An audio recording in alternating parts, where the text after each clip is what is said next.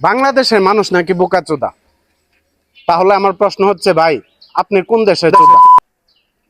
কথাটা clear cut বললাম, আবার কারো মনে কষ্ট লাগতে পারে, কথাটা কিন্তু আমার না। আপনারা ভিডিওটি দেখেন। আসসালামু আলাইকুম দর্শক। বাংলাদেশের মানুষ আসলে তারা বোকাচোদা। তা না হইলে একটা বাইকের লোভে পড়া লাখ লাখ টাকা দেখেন ভিডিওটা। বাংলাদেশের মানুষ বোকাচোদা, তাহলে তুমি ভাই অবশ্যই বাংলাদেশের কারো চোদা না, অন্য কোন দেশের চোদা।